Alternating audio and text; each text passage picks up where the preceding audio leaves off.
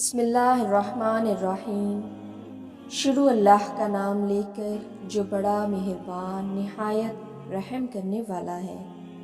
حضرت علی رضی اللہ تعالیٰ عنہ نے فرمایا، زندگی جینے کے دو ہی راستے ہیں، بھول جاؤ انہیں جن کو معاف نہیں کر سکتے، اور معاف کر دو انہیں جن کو بھول نہیں سکتے۔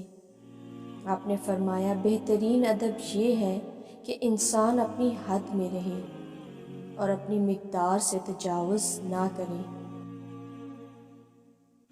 کسی کا دل توڑ کر معافی مانگنا تو بہت آسان ہے، لیکن اپنا دل ٹوٹ جائے تو کسی کو معاف کرنا بہت مشکل ہے۔ یہ زندگی 2 دن کی ہے، ایک دن تمہارے حق میں اور دوسرے دن تمہارے مخالف۔ جس دن تمہارے حق میں ہو اس دن غرور مت کرنا، اور جس دن تمہارے مخالف ہو اس دن صبر کرنا۔ جس کو تم سے سچی محبت ہوگی وہ تم کو فضول اور ناجائز کاموں سے روکے گا۔ سب سے بڑا عیب یہ ہے کہ تم کسی میں وہ عیب لگاؤ جو خود تم میں موجود ہے۔